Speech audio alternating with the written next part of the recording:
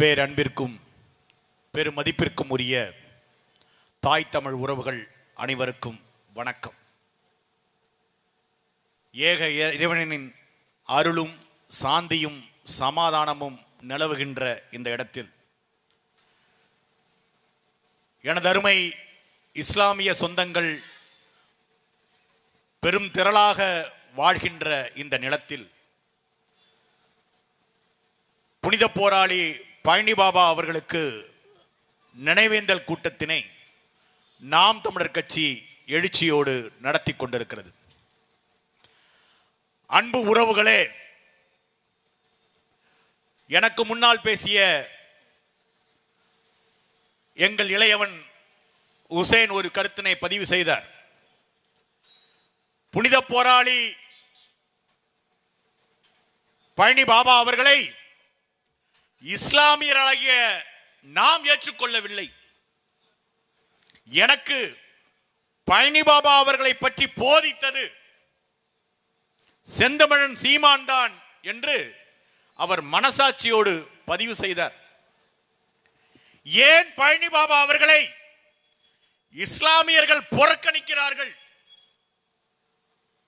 ஏனென்றால் இஸ்லாமியர்கள் அனைவரும் ஒரு பொய்யான கற்பனையில் திராவிட கட்சிகளால் உண்டாக்கப்பட்ட பீதியில் வாழ்ந்து கொண்டிருக்கின்ற காலத்திலேதான் பழனி பாபா மனசாட்சியோடு சிந்தித்து பார்த்தான். உண்மையை அருகிலிருந்து தரிசித்து பார்த்தான். அல்லாவின் வழியிலே நின்று மார்க்கத்தின் மொழியை புரிந்து இறுதி வரை சமரசம் இல்லாத போராளியாக இந்த மண்ணிலே வாழ்ந்து மடிந்த அவர் தன் மனதிலே சுமந்திருந்த உண்மை இந்த மண்ணுக்கும் இந்த மக்களுக்கும் இஸ்லாம் என்ற புனித மார்க்கத்திற்கும் எதிரி இந்த கருணாநிதி என்கின்ற மாபெரும் தீங்கு. இந்த தீங்கு வீழ்த்தப்படாமல் இந்த மண்ணில் இஸ்லாமிய மக்களுக்கென்று ஒரு வாழ்க்கை இல்லை என்பதை பழனி பாபா உணர்ந்த காரணத்தினால்தான் பழனி பாபாவை விட இஸ்லாம் மார்க்க நெறியை விட திமுகவின் அடிமையாகி போன இஸ்லாமிய உறவுகளுக்கு பழனி பாபா எதிரியாக மாறி போனார். அன்பு உறவுகளே, உங்களுக்காக களத்திலே நின்றவர், இஸ்லாம் மக்களின் வாழ்க்கையிலே ஒரு மாபெரும் மாறுதல் ஏற்பட வேண்டும் என்பதற்காக போராடியவர், RSS சங் பரிவார் அமைப்புக்கு எதிரியாக நின்று இறுதி வரை களத்திலே முன்னணி போராளியாக திகழ்ந்தவர், அந்த களத்திலே அவர்களால் கொலை செய்யப்பட்டவர். அப்படி உயிரையும் கொடுத்து இந்த இஸ்லாம் மார்க்கத்திற்காக, இந்த மார்க்கத்தை தழுவி நிற்கின்ற மக்களுக்காக நேர்மையாக நின்ற அந்த பெருமகனை கைவிட்ட சாபம் இந்த இஸ்லாம் மக்களை தொற்றிக் கொண்டிருக்கிறது. ஒவ்வொரு முறை வாக்குச்சாவடிக்கு செல்லும் போதெல்லாம் அந்த உதயசூரியன் சின்னத்தை பார்க்கும் போது இதற்கு வாக்களித்தால்தான் பிஜேபி வராது என்ற மூட நம்பிக்கையில் உதயசூரியன் சின்னத்திற்கு மீண்டும் மீண்டும் வாக்களித்து உங்களுக்கு நீங்களே மிகப்பெரிய துரோகத்தை செய்து கொண்டிருக்கிறீர்களே, அந்த துரோகத்தை முதலாக வெட்ட வெளியிலே அம்பலப்படுத்தியவர் தான் புனித போராளி பழனி பாபா அவர்கள். அவர்தான் சொன்னார், அவர் கருணாநிதிக்கும் நெருங்கிய நண்பர், எம்ஜிஆருக்கும் நெருங்கிய நண்பர். ஆனால் இரண்டு பேராலும் பழிவாங்கப்பட்டவர், திராவிட கட்சிகளால் மூர்க்கமாக எதிர்க்கப்பட்டவர். இறுதி வரை இந்த இஸ்லாம் மக்களுக்கென்று ஒரு அரசியல் அமைப்பு தேவை என்று உணர்ந்து அதை கட்ட வேண்டும் என்று துடித்தவர். எனக்கு முன்னால் பேசின தம்பி உசேன் கூட குறிப்பிட்டான். சமீபத்திலே கும்பகோணத்திலே ஒரு மாநாடு, அந்த மாநாட்டிற்கு தமிழ்நாட்டு முதலமைச்சர் ஐயா மு.க. ஸ்டாலின் வருகிறார். ஏறக்குறைய தமிழ்நாட்டில் இருக்கின்ற எல்லா பள்ளிவாசலிலும் இருந்து மத அறிஞர்கள் திரட்டப்படுகிறார்கள். ஒவ்வொரு பள்ளிவாசலிலும் இதற்கென்று பிரச்சாரம் செய்யப்படுகிறது.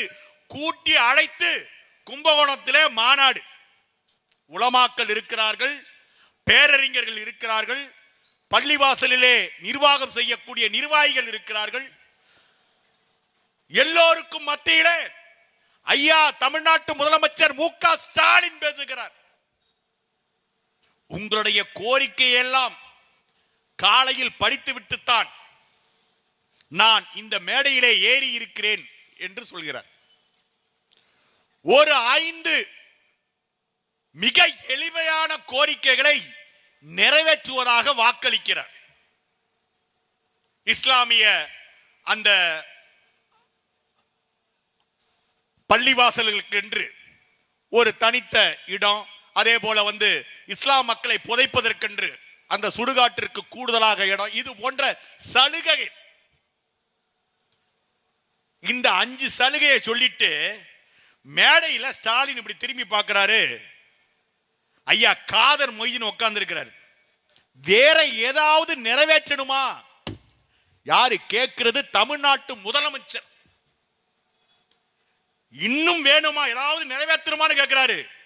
காதர் மொய்தீன் இஸ்லாம் மார்க்கம் என்ன பண்ணுது? கடவுளை தவிர வேற யாரையும் வணங்கக்கூடாது என்று போதிக்கின்ற இஸ்லாம் மார்க்கத்தை தழுவி நிற்கின்ற காதர் மொய்தீன் மு.க. ஸ்டாலினை பார்த்து கும்பிட்டு இனி நிறைவேற்ற எதுவும் இல்லை என்று தலையசைக்கிறார். பழனி பாபா பிறந்த மண்ணில் தான் காதர் மைதீன்கள் பிறந்திருக்கிறார்கள் உறவுகளே. ஜவாஹிருல்லா பிறந்திருக்கிறார்கள் உறவுகளே. இதைவிட வெட்கக்கேடானது என்ன? இஸ்லாம் மார்க்கத்தை தழுவியவன் என்ற ஒரே காரணத்திற்காக வருடக்கணக்காக கால வரையின்றி சிறைச்சாலையிலே கிடக்கின்ற இஸ்லாமிய சிறைவாசிகளை நீங்கள் விடுதலை செய்ய வேண்டும் என்று அங்கே காதர் மைதீன் பேசியிருந்தால் அவர் இஸ்லாமியர்களின் பிரதிநிதி. அப்ப மேடையில் இருந்தவர் யாரு? திமுகவின் அடிவருடைய அறிவாலயத்தின் ஒட்டு திண்ணை. அவர்களைத்தான் இந்த மார்க்கத்தை தழுவியவர்கள் நம்பிக்கொண்டிருக்கிறார்கள். உங்களுக்கு தெரியுமா, முதலாக அமைதி பூங்காவாக இருந்த தமிழ்நாட்டிலே இந்த பிள்ளையார் ஊர்வலம் என்று ஒன்று நடக்குது தெரியுமா? நான் கும்பகோணத்தை சேர்ந்தவன். எங்கள் ஊர்ல விநாயகர் சதுர்த்தி முடிந்து 2 நாட்கள் கழிச்சு பிள்ளையார் ஊர்வலம் நடக்கும். நடக்கிறப்ப பள்ளிவாசலை தாண்டும் போது அந்த பிள்ளையார் ஊர்வலம் வேறு வடிவத்திலே அது மாறும். இஸ்லாமியர்களை பற்றி, இஸ்லாமிய பெண்களை பற்றி தரக்குறைவான ஆபாச கூச்சல்கள் அங்கே எழுப்பப்படும். காவல்துறையினர் கை கட்டி வேடிக்கை பார்த்து கொண்டிருப்பார்கள். அந்த பள்ளிவாசலை கடக்கின்ற நேரத்தில் தான் அந்த பிள்ளையார் சதுர்த்தி ஊர்வலம் உச்சக்கட்டத்தை தொடும். மதவெறி கூச்சல்கள் அங்கே எழும். ஒவ்வொரு ஆண்டும் அந்த பிள்ளையார் சதுர்த்தி ஊர்வலம் நடக்கும் போது அந்த பள்ளிவாசலிலே பாங்கு தொழுவதற்காக சென்றிருக்கின்ற இஸ்லாமிய உறவுகள் வயிற்றிலே நெருப்பை கட்டிக்கொண்டு பயந்து உள்ளே அடைந்து கிடப்பார்கள்.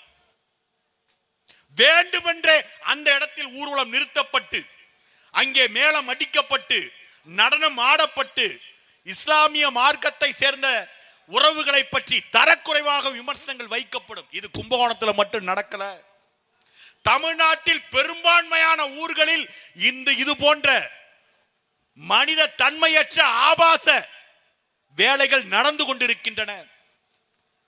இந்த வேலைக்கெல்லாம் தொடக்க புள்ளி எங்கே? தமிழ்நாட்டில் பிள்ளையார் சதுர்த்திக்கென்று ஊர்வலம் நடத்தப்பட்டதா? வரலாற்றிலே அப்படி செய்தி இருக்கிறதா? இல்லை உறவுகளே.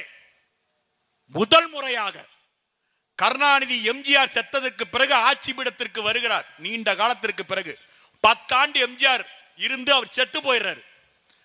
கருணாநிதிக்கு அண்ணா திமுக 2ஆக பிளந்த காரணத்தினால் கருணாநிதிக்கு அதிகாரம் கிடைக்கிறது. அப்போதுதான் இந்து முன்னணியின் தலைவர் ராமகோபாலன் சென்று கருணாநிதியை சந்திக்கிறார். பகவத்கீதை ஒன்றை பரிசாக அளிக்கிறார். அதற்கு கருணாநிதி கீதையின் மறுபக்கம் என்று வீரமணி எழுதிய புத்தகத்தை அளித்தார். இது போதும், நம்ம ஆளுக்கு. உடனே கை தட்டிட்டு உட்கார்ந்துட்டான். ஆனா அங்க என்ன பேச்சுவார்த்தை நடந்தது? பிள்ளையாருக்கென்று தமிழ்நாட்டிலே ஊர்வலம் நடத்தப்பட வேண்டும். மராட்டியத்திலே, பீகாரிலே, உத்தர பிரதேசத்திலே நடத்துவது போல தமிழ்நாட்டிலே பிள்ளையார் சதுர்த்தி ஊர்வலங்கள் பிரம்மாண்டமாக நடத்தப்பட வேண்டும் என்ற கோரிக்கையை இந்து முன்னணியின் தலைவர் ராமகோபாலன், திமுகவின் தலைவர், அப்போதைய முதலமைச்சர் கருணாநிதியிடம் வைக்கிறார். அந்த கருணாநிதி தான் முதல் முறையாக தமிழ்நாட்டிலே பிள்ளையார் சதுர்த்தி ஊர்வலங்களுக்கான அனுமதியை கொடுக்கிறார். இதை மானமுள்ள, ரோசமுள்ள, இஸ்லாம் மார்க்கத்தை தழுவி நிற்கின்ற யாராவது ஒரு திமுக காரன் மறுக்க முடியுமா? ஒவ்வொரு முறையும் திமுக காரர்களுக்கு ஓட்டு போடுகிறீர்களே, உதயசூரியனுக்கு நீங்கள் ஓட்டு போடுகின்ற ஓட்டு பிள்ளையார் சதுர்த்தி ஊர்வலத்திலே RSS காரன், சங் பரிவார்காரன், பிஜேபி காரன் ஆடிட்டு போறான் இல்லையா, அவனுக்கு போடுகின்ற வாக்கு. யோசித்து பாருங்கள். அந்த கருணாநிதி தான் சொன்னார், RSS இயக்கம் திராவிடர் கழகம் போல ஒரு சமூக இயக்கம் என்று சான்றிதழ் கொடுத்தது கருணாநிதி. வாஜ்பாயை பற்றி right man in wrong party என்று சான்றிதழ் கொடுத்தவர். ஒரு நல்லவன் எப்படி தீய கட்சியில இருப்பான்? ஒரு யோக்கியனுக்கு ராத்திரில என்ன வேலை? என்ன வேலை? அவன் தான் வாஜ்பாய்க்கு கருணாநிதி கொடுத்த சான்று தான் right man in wrong party. சொன்னால என் தம்பி ஸ்வீட் எனிமீஸ்னு, அது போல ஒரு வசனம்.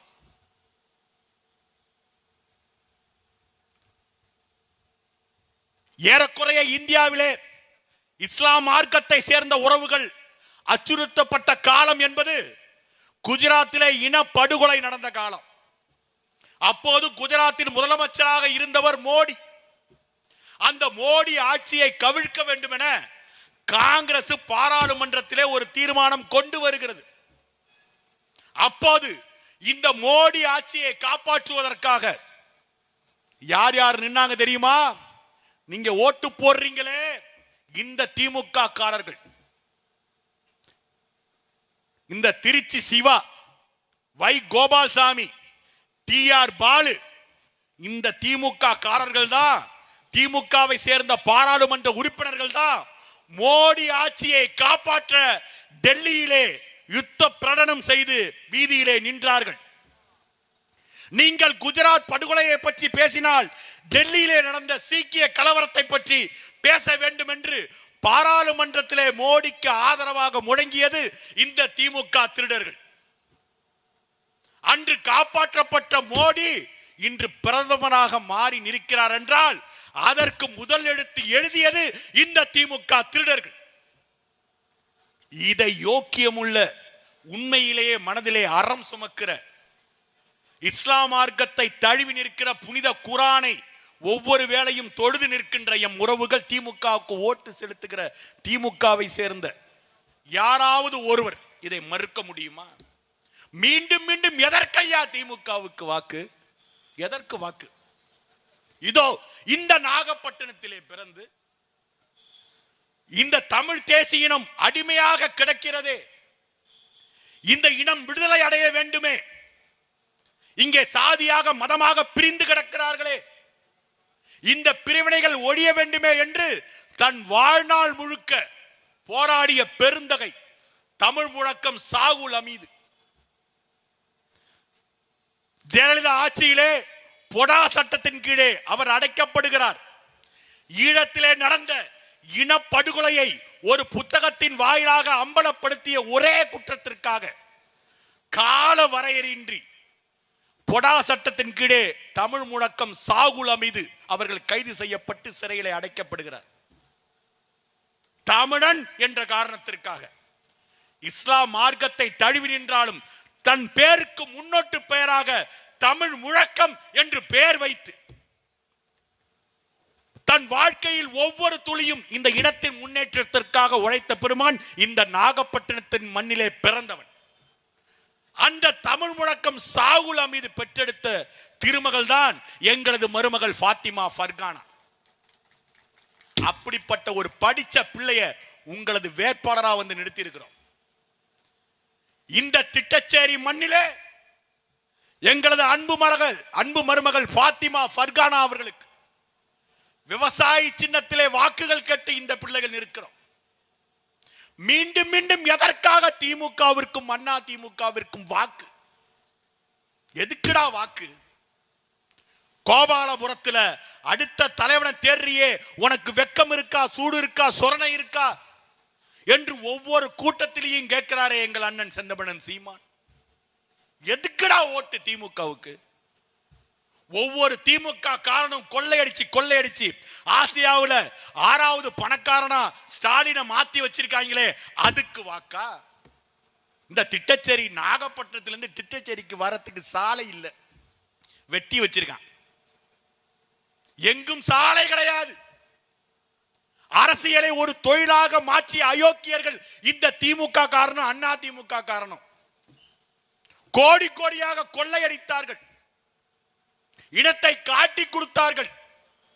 அப்படிப்பட்ட இந்த ஊழல்வாதிகளுக்கு பிஜேபியோடு கை சேர்த்து கொண்டு இந்த தமிழ்நாட்டை அழிக்க காத்து கொண்டிருக்கின்ற இந்த கொள்ளைக்காரர்களுக்கு மீண்டும் எதற்கையா உங்களது வாக்கு? ஒரு மானமுள்ள தமிழச்சி, இஸ்லாம் மார்க்கத்தை தழுவி நிற்கின்ற ஒரு நேர்மையாளனின் மகள் நிற்கிறாள், உங்கள் வீட்டு மகள் நிற்கிறாள், பாத்திமா ஃபர்கானா. அவளுக்கு நீங்கள் வாக்கு செலுத்தினால் உங்கள் வாக்குக்கு பெருமை, அல்லாஹ்வின் ஏக அருள் உங்களுக்கு கிடைக்கும். தவறானவர்களை மீண்டும் மீண்டும் தேர்ந்தெடுத்து அவர்கள் செய்கின்ற அத்தனை குற்றச்சாட்டுகளிலும் பங்கெடுத்து நிற்கின்ற, பாவத்தை மட்டுமே செய்து கொண்டிருக்கின்ற இந்த இஸ்லாம் மார்க்கத்து உறவுகளுக்கு நாங்கள் என்ன சொல்லி புரிய வைக்க? கருணாநிதி, மு.க. ஸ்டாலின் அயோக்கியன் என்று உங்களுக்கு தெரியும்.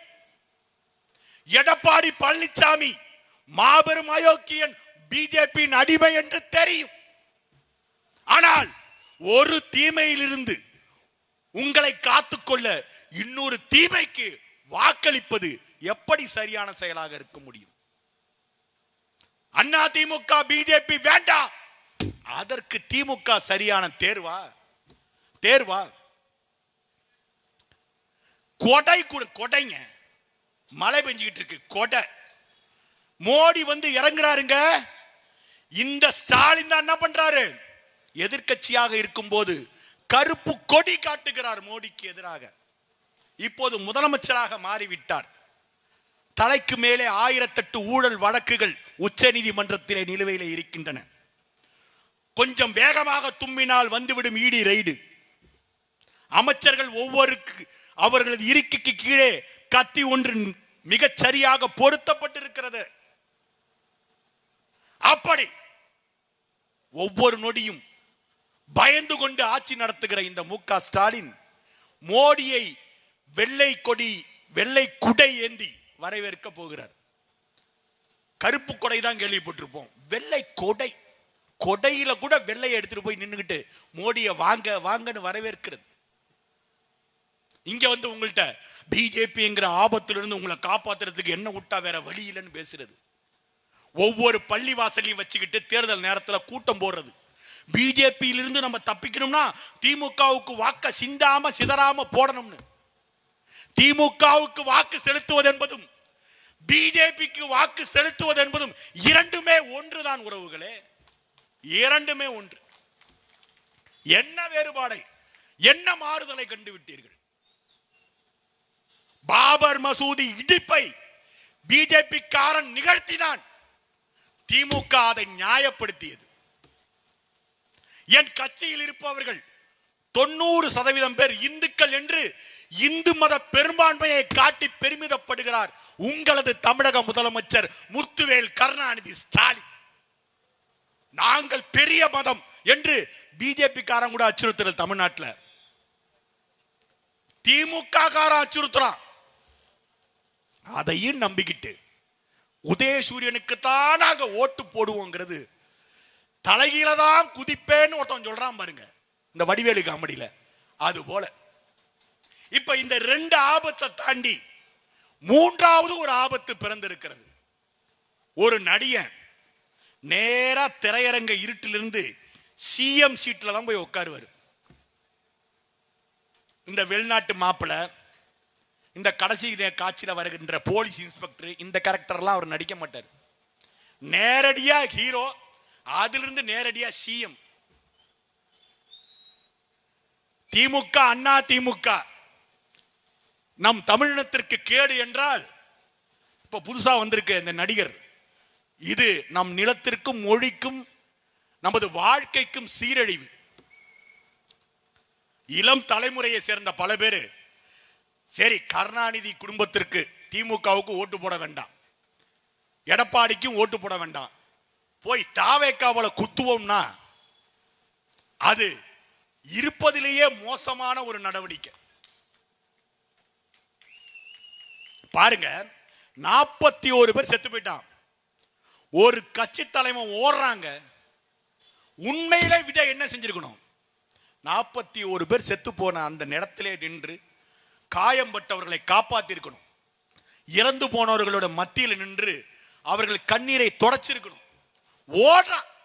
நிருபர்கள் தடுத்து கேட்கிறார்கள், உங்கள் கூட்டத்தில் 41 பேர் செத்து போயிட்டாங்கன்னு. பதில் சொல்லாம ஓடுறான். அன்னைக்கு பனையூர் பங்களாவில் போய் மறைஞ்சவன் தான் இந்த நொடி வரைக்கும் வெளில வரல. பேட்டி எடுக்கிறவன் கூட அவன் வீட்டில் தான் போய் பேட்டி எடுக்கணும். செத்து போன சொந்தங்கள், அந்த 41 பேர் சேர்ந்த குடும்பங்கள், உலகத்திலேயே துஷ்டி கேட்க நாமெல்லாம் வீட்டுக்கு போவோம். எங்க துக்கம் நடந்ததோ அந்த வீட்டுக்கு போவோம். ஆனால் உலகத்திலேயே, வேர்ல்டிலேயே இதுதான் முதல் முறை. துஷ்டி உளுந்தவன், துக்கத்தால் பாதிக்கப்பட்டவன் நேரடியா அவர் துக்கம் கேட்பாருன்னு அவர் வீட்டு வாசல போய் உட்கார்ந்துருக்கான். இது போன்ற ஒரு மானக்கேடு வேறு எந்த இனத்திலேயாவது நடக்குதா? வெட்கக்கேடு. இப்படிப்பட்ட ஒரு சூழல்ல தான் படித்த இளைஞர்கள் உண்மையிலேயே இந்த மக்களையும் மண்ணையும் நேசித்து, உயிராக நேசித்து, தான் பிறந்த மண்ணை, தன் தந்தை பிறந்த மண்ணை மாற்ற வேண்டும் என்ற புனித லட்சியத்தோடு அன்பு மருமகள் ஃபாத்திமா ஃபர்கானா இந்த மண்ணில் வேட்பாளராக வந்து நிற்கிறா. புர்கா போட்டு உட்கார்ந்துருக்கா பாருங்க. அவள் கண்களில் தெரியும் லட்சிய கடலை பாருங்கள். உங்களுக்காக, நாகப்பட்டினம் சட்டமன்ற தொகுதிக்காக என் மருமகள் ஃபாத்திமா ஃபர்கானா கோட்டையிலே சென்று முழங்குவாள். உங்க பிரச்சனைக்காக பேசுவா. நீங்க ஓட்டு போட்டீங்களே, போன தடவை ஓட்டு போட்டீங்களே, அவர் என்ன சட்டமன்றத்தில் திமுகவை எதிர்த்து, ஆளுங்கட்சி எதிர்த்து ஒத்த வார்த்தை பேசியிருப்பாரா? என்னடா பண்றாருன்னு பார்த்தா டிவியா உட்கார்ந்துக்கிட்டு திமுகவுக்கு ஜால்ரா தட்டுற வேலையை நாகப்பட்டினம் சட்டமன்ற உறுப்பினர் செய்து கொண்டிருக்கிறார். திமுகவுக்கு ஆதரவாதான் பேசுறதுக்கு திமுகவிலே 1008 பேர் இருக்கானே. நாகப்பட்டினம் எம்எல்ஏவுக்கு என்ன வேலை? இந்த துயர இருட்டிலிருந்து உங்களை விடுவித்துக் கொள்ள ஒரு வாய்ப்பு பிறந்திருக்கிறது உறவுகளே. இந்த மண்ணில் ஃபாத்திமா ஃபர்கானா அவர்களுக்கு விவசாயி சின்னத்திலே நீங்கள் செலுத்துகின்ற வாக்கு இந்த நிலத்தை காக்கும். இந்த நிலத்தின் மகள் அவள். இந்த நிலத்தின் மனம் அறிந்தவள், சுவை அறிந்தவள், இந்த மண் எப்படி மகத்துவமானது என்று புரிந்தவள். வெளியூருக்காரனுக்கா ஓட்டு போட்டு நிக்கிறியே, இந்த முறை உங்கள் மண்ணின் மகள் நிற்கிறாள். வாக்கு கேட்டு நிற்கிறார். ஒரு பொம்பளை பிள்ளை உங்கள் துயரத்தில் பங்கேற்க ஓடி வந்து நிற்கிறாள். நாம் தமிழர் கட்சியில பாலியல் சமத்துவத்தோடு 117 இடம் ஆண்களுக்கு, 117 இடம் பெண்களுக்கு, சாரி பாதி இடம் அண்ணன் சீமான் அறிவித்திருக்கிறார். அதுலதான் ஒருத்தியா எங்களது அன்பு மருமகள் ஃபாத்திமா ஃபர்கானா இருக்கிறார். அப்படி ஒரு படிச்ச பிள்ளைக்கு ஒரு ஓட்ட போட்டோம்னா நாமளும் மானஸ்தன் தாண்டா. இந்த திமுக அயோக்கிய பயல்கிட்ட நம்ம விலைக்கு போகல. அண்ணா திமுக இந்த அந்த மிக மோசமான அந்த அடி வருடிகளுக்கு நம்ம துணை போகல. இந்த தாவேக்கா தற்கூரி பயலோட நம்ம சேரல. இதற்கெல்லாம் மாற்றாக மானத்தமிழன் செந்தமிழன் சீமான் அவன் கரத்தை வலுப்படுத்தணும்டாங்கிற அந்த ஓட்டை போட்டுட்டு வெளில வர்றப்ப அப்படி இருக்கும் ஒரு கம்பீரமா. மீண்டும் மீண்டும் இந்த ஓட்டை வந்து இந்த உதயசூரியன் சின்னத்துல குத்தி குத்தி குத்தி உங்க எதிர்காலத்தில் உங்களது தலைமுறை பிள்ளைகள் பிறக்கும் போது உங்கள் சமாதியை தோண்டி எடுத்து உங்கள் எலும்பு கூடுகளின் மீது காரி உமிழும். நாங்கள்லாம் அரசியல் வேண்டாம், படித்த பிள்ளைகள் வேண்டாம். இந்த அரசியல் என்பது சாக்கடை. எனக்கோ இங்க இருக்கிற ஃபாத்திமா ஃபர்கானாவுக்கோ எனது அன்பு மகன் ஹுசைனுக்கோ எனக்கு பிறகு பேச இருக்கின்ற எனது தம்பி இடுமோனம் கார்த்திக்கோ எங்களுக்கு அரசியல் பிழைப்பல்ல. நாங்கள் அரசியல் வேண்டாம் என்று ஒதுங்கி சென்றவர்கள். ஆனால் ஒரு இனப்படுகொலை நடக்கிறது. அந்த இனப்படுகொலையிலே தெரித்த உதிரம் எங்கள் முகத்தின் மீது படுகிறது. எதனால் இப்படி இந்த இனம் அழிகிறது என்று சிந்திக்கிறோம். இந்த திமுக அண்ணா திமுக என்கின்ற மாபெரும் இரண்டு கேடுகள், இந்த கேடுகளிலிருந்து ஒரு விடுதலை தேவைப்படுகிறது. இந்தியாவிற்கு 1947 ஆண்டு விடுதலை கிடைத்து விட்டது. ஆனால் தமிழகத்திற்கு இனிமேல் தான் இந்த திராவிட கட்சிகளிடமிருந்து விடுதலை கிடைக்க வேண்டி இருக்கிறது என்பதற்காக இந்த மண்ணில் ஒரு விடுதலை போராட்டத்தை நாங்கள் தொடங்கினோம். ஒவ்வொரு முறையும் தேர்தலில் போட்டியிட்டு 2016 நான் தான் கும்பகோணம் வேட்பாளர். 2967 வாக்கு 1.1 வாங்கணும். உலகத்திலேயே தோற்ற கட்சி 1.1% வாங்கி கடைசி இடம் பிடித்த கட்சி. மீண்டும் மீண்டும் தேர்தலில் போட்டியிட்டதாக சரித்திரமே இல்லை உறவுகளே. ஆனால் நாம் தமிழர் கட்சியோ மக்களை நேசித்து நின்றோம். அடுத்த தேர்தலில் 3.4%, அடுத்தது 6%, இப்போ 8.22% அங்கீகாரம் பெற்ற அரசியல் கட்சியாக மாறி எங்களது சின்னம் அங்கீகார சின்னத்தில் அந்த முதல் 3 வேட்பாளர் இருப்பான் பாருங்க, அந்த 3 பேர்ல ஒருத்தவனா எங்களது வேட்பாளரும் வந்து நிப்பா, எங்களது வேட்பாளர் நிப்பா. அப்படி மக்களுக்காக போராடி கொண்டிருப்பவர்கள். உங்களுக்கு தெரியுமா, 2025 கடந்து போன வருடம், புது வருடம் பிறந்து சில நாட்கள் தான், 1 மாசம் தான் ஆயிருக்கு. இந்த 2025 வருடத்துல அதிகமா மக்களுக்காக போராடிய அமைப்பு என்ன எதுன்னு தெரியுமா? 167 போராட்டங்கள், எளிய மக்களுக்கான வாழ்க்கை போராட்டங்கள். அது தூய்மை பணியாளர்களாக இருக்கட்டும், ஆசிரியர்களாக இருக்கட்டும், மாணவர்களாக இருக்கட்டும், செவிலியர்களாக இருக்கட்டும், அரசு ஊழியர்களாக இருக்கட்டும், பாதிக்கப்பட்ட மக்களாக இருக்கட்டும், தாழ்த்தப்பட்ட மக்களாக இருக்கட்டும், இஸ்லாமிய மக்களாக இருக்கட்டும், எல்லாருடைய போராட்டத்திலையும் முதல் போராளியாக கலந்து கொண்டு பாதிக்கப்பட்ட மக்கள் குரலை எடுத்து பேசி ஒவ்வொரு முறையும் அநீதிக்கு எதிராக குரல் எழுப்புகிற ஒரு ஜிகாத்தாக மாறி நிற்கிறார் எங்கள் உயிர் அண்ணன் செந்தமிழன் சீமான். அப்படிப்பட்ட ஒரு பெருமகனை எங்களது கட்சியின் அடையாளமாக கொண்டு எங்கள் தேசிய தலைவர் மேதகுவே பிரபாகரனை எங்கள் தலைவராக ஏற்று இந்த முறை எவனோடையும் கூட்டணி இல்லை, அயோக்கிய பயல்க ஒருத்தவனையும் கூட்டணி இல்லை, தனிச்சு நிப்போம்டா, மக்களை நம்பி நிப்போம்டான்னு இந்த தேர்தலில் நிற்கிறோம். உங்களை நம்பி நிற்கிறோம். எங்களை போன்ற இளைஞர்களை, ஃபாத்திமா ஃபர்கானா போன்ற அறிவார்ந்த ஒரு இளம் பெண்ணை கைவிட்டு விடாதீர்கள் உறவுகளை, கைவிட்டு விடாதீர்கள். உங்களுக்கு இருக்கின்ற ஒரே ஒரு வாய்ப்பு, மாற்றத்திற்கான வாய்ப்பு, விவசாயி சின்னத்திலே வாக்களிப்பது. அந்த விவசாயி சின்னத்திலே நீங்கள் செலுத்த போகின்ற வாக்கு இந்த நாகப்பட்டினம் மண்ணை மாற்றும். புறக்கணிக்கப்பட்ட பகுதியாக, ஒதுக்கப்பட்ட பகுதியாக, கடலோடு கடலாக கரைந்துவிட்ட பகுதியாக இருக்கின்ற இந்த களங்கத்தை எங்களது மருமகள் ஃபாத்திமா ஃபர்கானா ஒழித்து கட்டுவாள். உறுதியா நம்பி வாக்கு செலுத்துங்க. கூடுதலாக ஒரே ஒரு செய்தி சொல்லி விடைபெற, வருகின்ற பிப்ரவரி 21 திருச்சியில மாற்றத்தை விரும்பும் மக்களின் மாநாடு 2026 என்ற தலைப்புல ஒரு மாபெரும் மாநாட்டை, ஒரு இனத்திற்கான திருவிழாவை எங்களது தலைமை ஒருங்கிணைப்பாளர் எங்கள் உயிர் அண்ணன் செந்தமிழன் சீமான் கூட்டுகிறார். சாதிக்காக கூடிய கூட்டத்தை பார்த்திருப்பீர்கள். மதத்திற்காக கூடிய கூட்டத்தை பார்த்திருப்பீர்கள். ஒவ்வொரு ஊரின் பெருமை காக்க கூடிய கூட்டத்தை பார்த்திருப்பீர்கள். முதல் முறையாக தமிழ் தேசிய வரலாற்றிலே இனத்திற்காக ஒரு கூட்டம் கூட இருக்கிறது உறவுகளே. சாதி கடந்து மதம் கடந்து தமிழர்கள் நாம் அனைவரும் ஒன்றாக திரண்டு நிற்போம் என்ற பெருமிதத்தோடு ஒரு கூட்டம் திருச்சியிலே வருகின்ற பிப்ரவரி 21ஆம் தேதி கூட இருக்கிறது. அந்த கூட்டத்திற்கு, அந்த மாநாட்டிற்கு நீங்கள் வந்து வாருங்கள். 2026 நாம் தமிழர் கட்சி ஆட்சி மலர்ந்தால் எது போன்ற மாற்றங்களை உருவாக்குவோம் என்பதை ஒரு திரைப்பட ஆவணமாக அங்கே அண்ணன் சீமான் திரையிட இருக்கிறார். ஒரு மாற்று அரசியலை முன்னிறுத்தி அவர் பேச இருக்கிறார். 237 வேட்பாளர்களையும் ஒரே மேடை, 234 வேட்பாளர்களையும் ஒரே மேடையில் அறிவித்து 117 இடம் பெண்களுக்கு, 117 இடம் ஆண்களுக்கு என்று அறிவித்து அந்த மேடையிலே அறிமுகம் செய்ய இருக்கிறார். ஒரே மேடையில் 234 வேட்பாளர் உட்கார இருக்காங்க.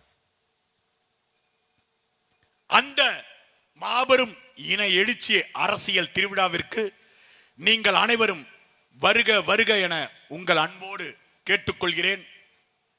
மறந்து விடாதீர்கள் உறவுகளே, உங்களது வேட்பாளர் ஃபாத்திமா ஃபர்கானா, உங்கள் மகள் ஃபாத்திமா ஃபர்கானா, எங்களது சின்னம் விவசாயி, நாம் தமிழர், தமிழ்த்தாய் வாழ்க, தலைவர் பிரபாகரன் வாழ்க.